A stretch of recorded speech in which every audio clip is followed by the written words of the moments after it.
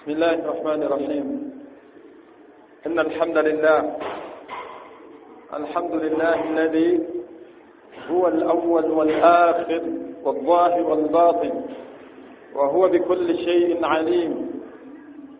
سبحان الله عدد خلقه ورضا نفسه وزنة عرشه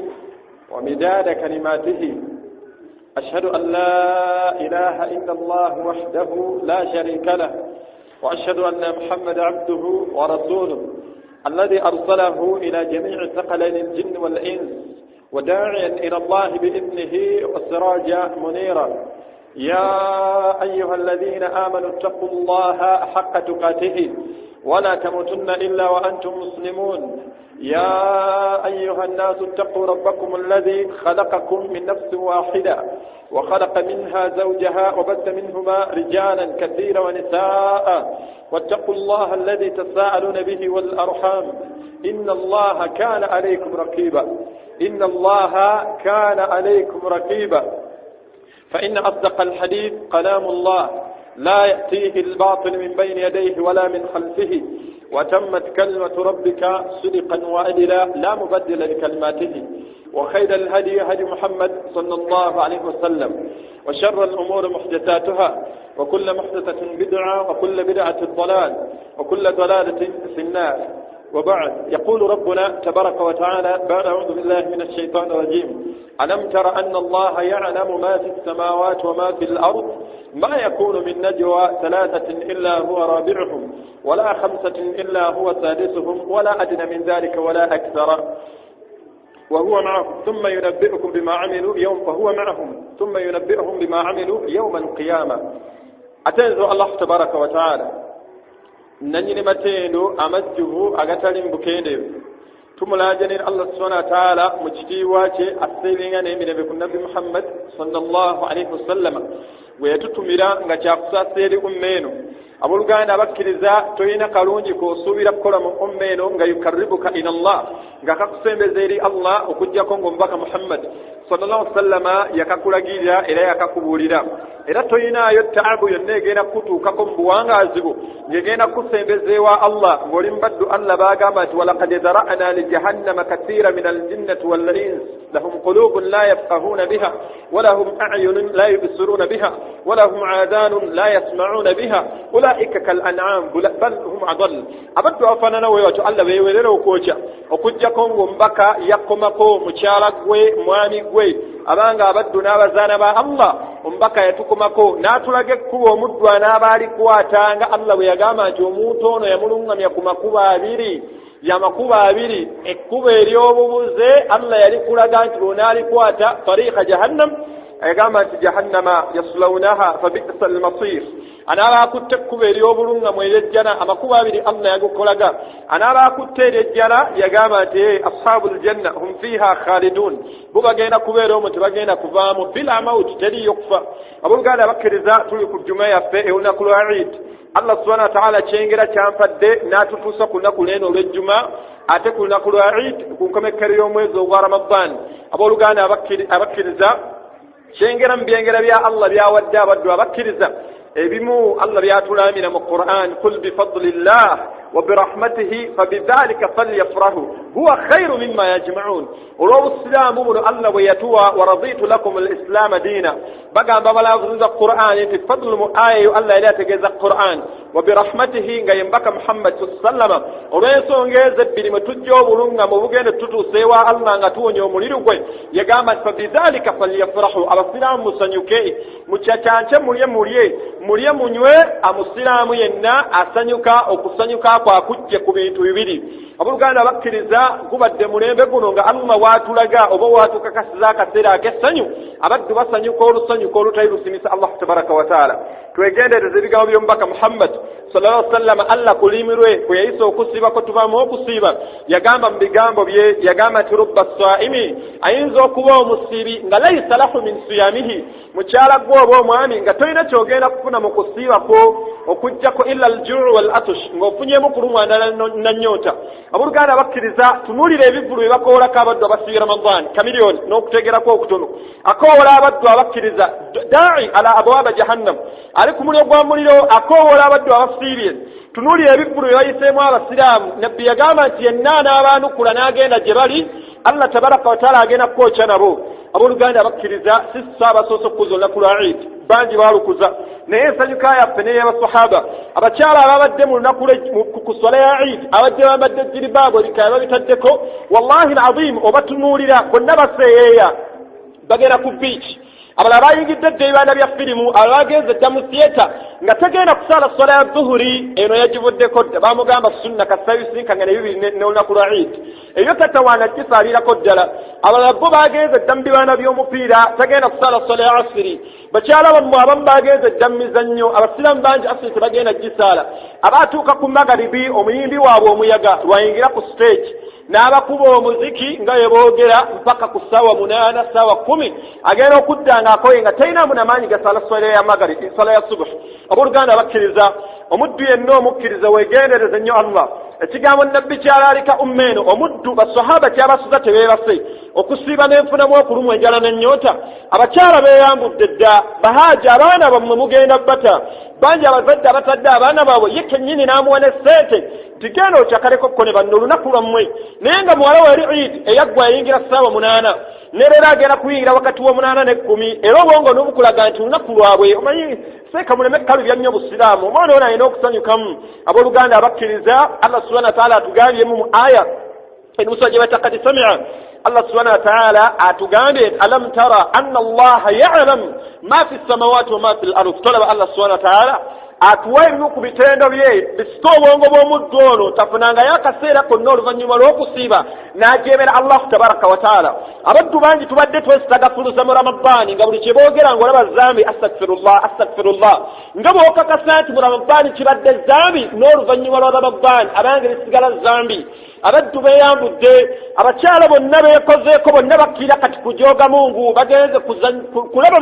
abakyala batuuse n'okuggyako ebikaaya bali mazzi amazzi gaalimu mulimu obwana balenzi kiitabule bakazi basajja buli omu awuga atula ku munne. Abooluganda bakkiriza falinattaqillah tuti Allah subhanahu wa ta'ala fi kulli hali wa hin mu mbeera yonna mu kifo kyonna ky'olimu wonna wobooli Allah tabaraka wa ta'ala akugambye mwegendereze amanyi byonna ya'lamu ma fi samawati wa ma fi al-ard amanyi bulungi nnyo byonna ebigenda mu ggulu ebigenda mu maaso mu ggulu ne byonna ebigenda mu maaso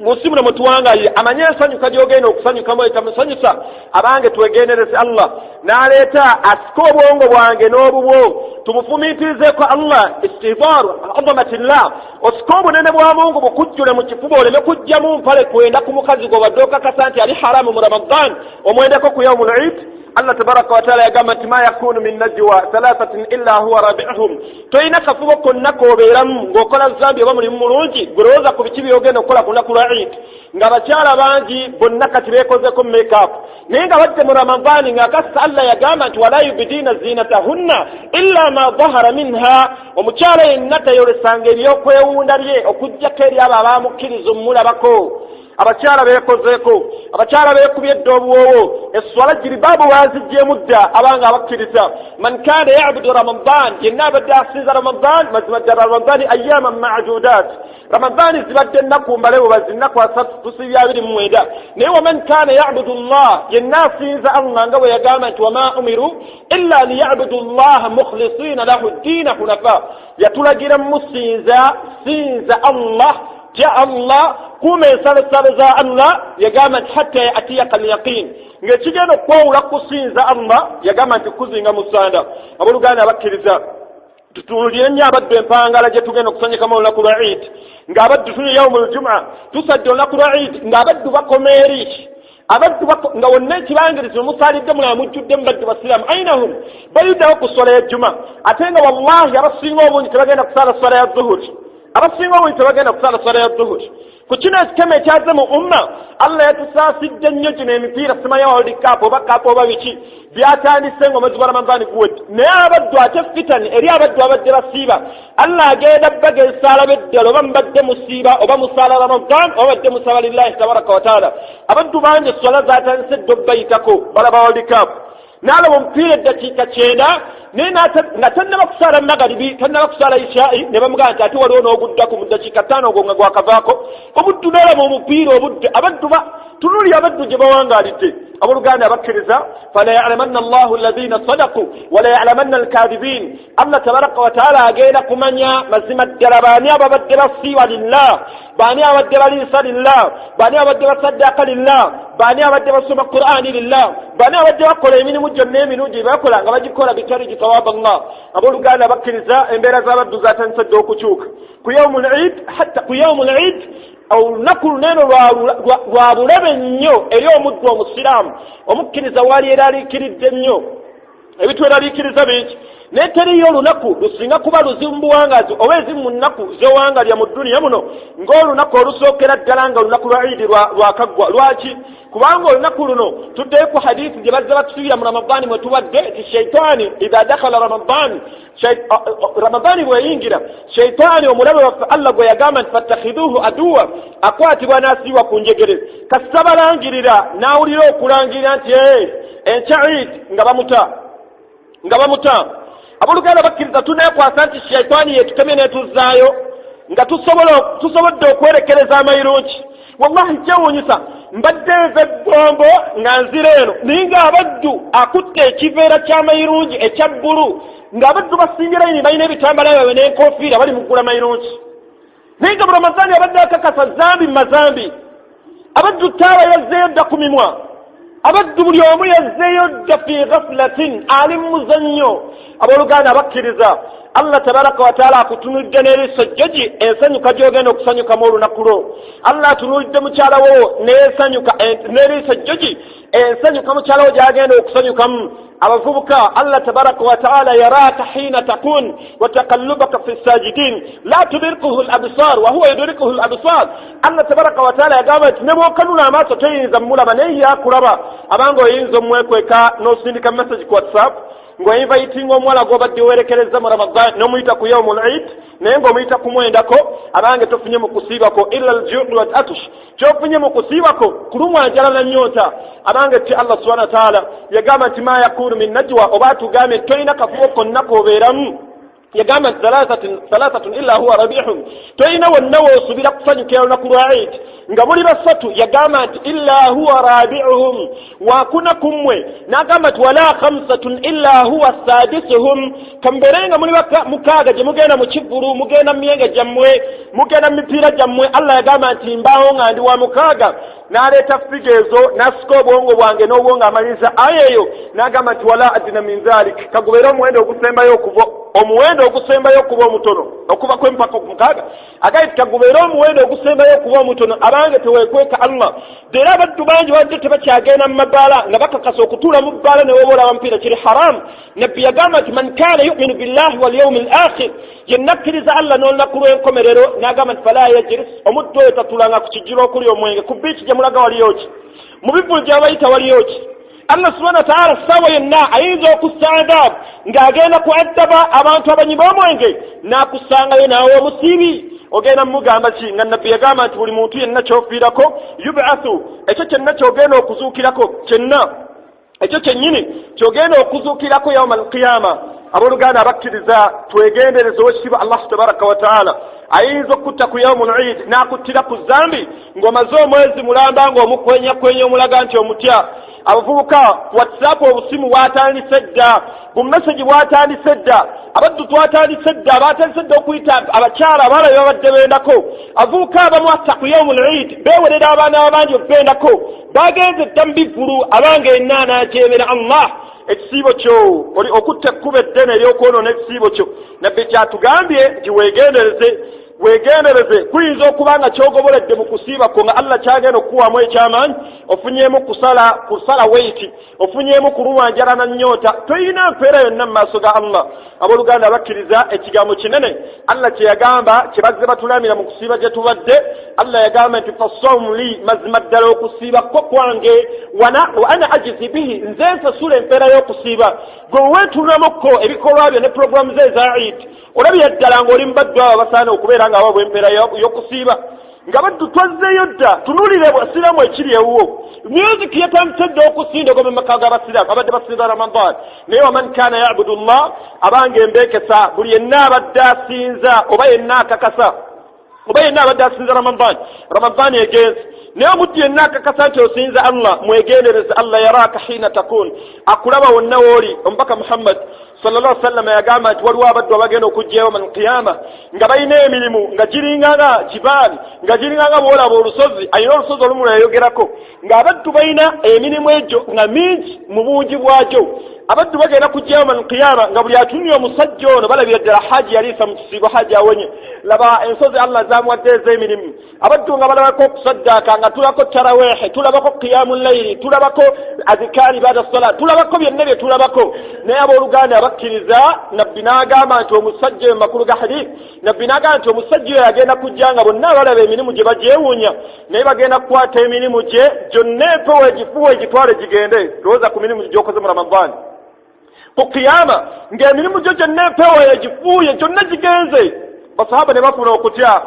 basahaba bafuna okutya mu mitima bagamba omubaka nti omusajja alina emirimu bwe gityo ki ekigenda mutuusa ku maziga yawma alqiyama n'agamba nti omusajja oyo gwe mulaba afaanana bw'atyo idha khalaw bimaharimillah yalinga mu bantu wano ng'awoza haramu bwe yalinga mu Ramadani ng'agamba haramu bw'abeera wonna waali abantu bano abalaga haramu naye yagamba nti weyeeyawulanga n'ava mu bano abamutegeera babadde awolezamu haramu yeenyigiranga mu zambi n'alikola abooluganda abakkiriza tokwenyakwenya omwoyo gwo ne weenyigira mu mazambi abaddu ge beetaddemu ku yawmul Eid batuusa okukowoola abaddu simanya luwombo lwa Yidi simanyani balese bakamiliyoni baleese abayaga basibule abaddu abasiraamu ddala omuntu alimu amagezi omusiibi oyinza okugenda mu bivvulo ebifaanana bwe bityo ddala ng'omuzadde oyina entegeera ennamu oyinza okukkiriza mutabani oba muwalawo agenda mu bivvulo ebifaanana bwe bityo abooluganda abakkiriza twegendereza Allah tabaraka wa taala talina bwetaavu Allah yagamba nti iyasha yudhibikum wa ati bikhalqin jadid mwenna nsobola obbatta ne mbajjawo bwe mukaana okunjeemulukukira yagamba nti nsobola obbatta ne mmala n'enteekawo abalala abasinza ne mmala n'enteekawo abansinza amakubo abasinza Allah tabaraka wa taala abange yenna abadde asiiba fala yadunnu nadan yenna alowooza tofunanga entegeera nti olina kyoyongedde ku Allah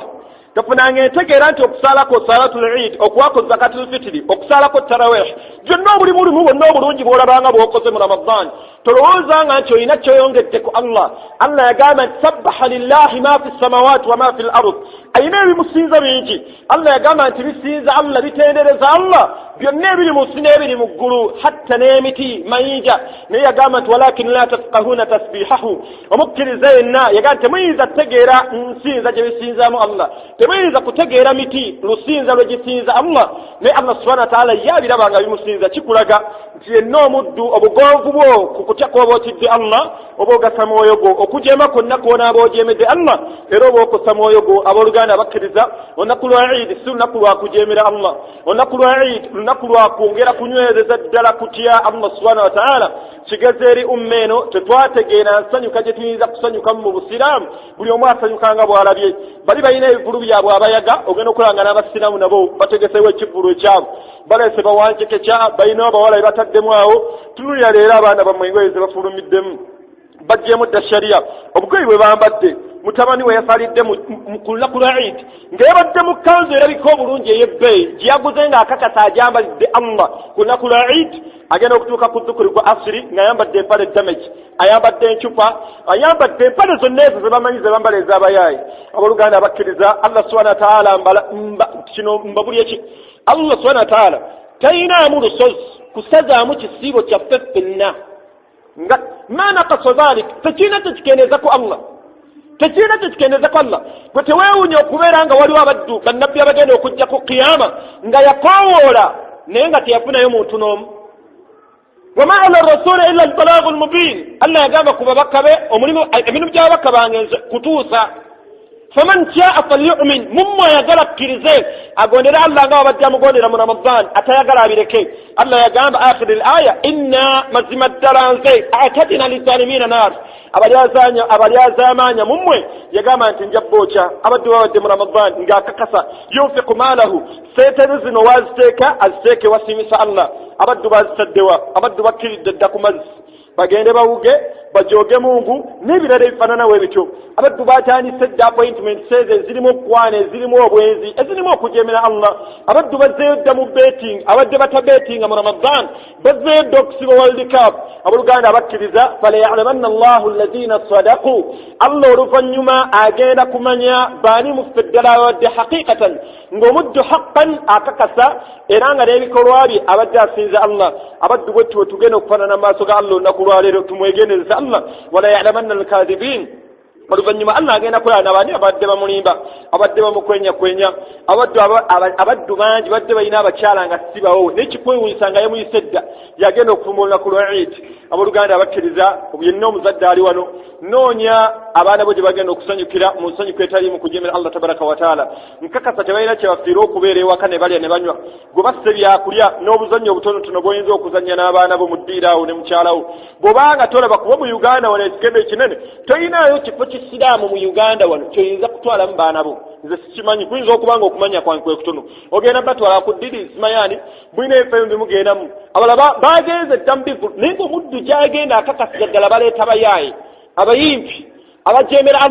Allah subhanahu wa ta'ala beyagamba nti ashu'ara'u yattabihum al-ghawuna abayimbi bagowera omuntu yayonooneka obwongo omusajja gawi ye musajja atategeera sinze namugamba Allah tabaraka wa ta'ala yamugamba nti abayimbi yenna agoberera abayimbi yagamba nti abayimbi bagobererwa omuntu atategeera bwe yayogera ku mbaka we omutukuza omujjako obukendevu okuba omuyimbi n'okumujjako embeera z'abayimbi aboononefu ze balina yagamba nti wama allamnahu ash-shi'ra wama yanbaghi lahu Allah agamba nti omubaka wange simuyigirizangako kuba muyimbi yayitagwana kuba muyimbi yayitagwana kuba muyimbi bannange abooluganda abakkiriza omubaka Muhammad sallallahu alaihi wasallam ummeeno yatunnyonnyola buli kimu ekikutuuseewa Allah ng'osiimiddwa yenna anaamwawukanako n'akwata ekkubo eddala yenna fala yalumanna illa nafsahu tononyanga omuntu yenna ononyanga mwoyo gwo Allah yagamba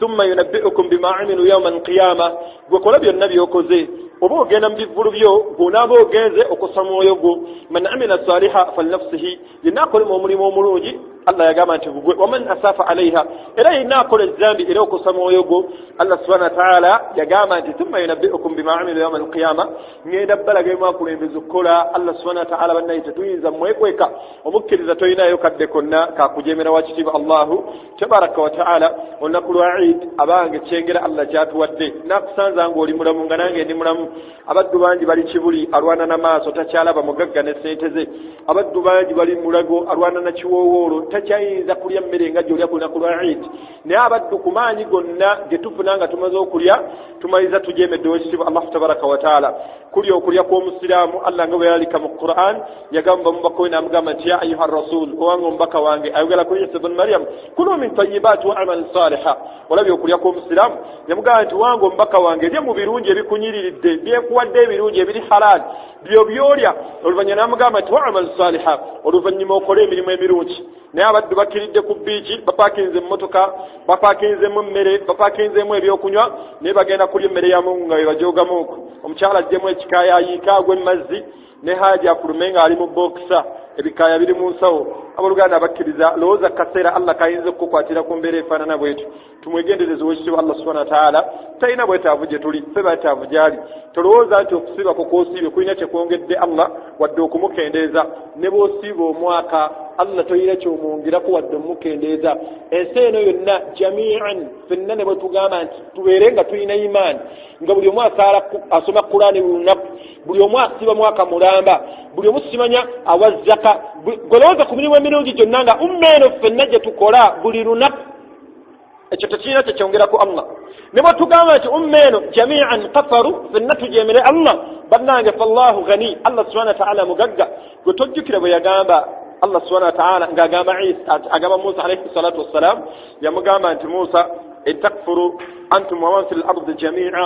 singa bani Israili abo bonna basalawo bajeemere Allah na bonna abaddu abali mu nsi Allah yagamba nti wallahu huwal ghaniyyul hamid Allah mugaggawa bamusinza toyina kyoyinza mukendeezaako mu kumusinza kwe era okusinza kwo tekulina kikuyinza kwongerako Allah obugonvu bwa mukyalo tebulina kyebwongerako Allah wadde okumujeemera obugonvu bwo n'abantu b'enjuuyo tebulina kyebwongerako Allah era okujeemako tekulina kyekukendeeza wadde okunakuwaza Allah subhanahu wa ta'ala ewa Allah waliyo bibiri maliriza ne aya emu Allah yagamba nti walaqad dhara'na li jahannam kathira min al-jinni wal-ins lahum qulubun la yafqahuna biha wa lahum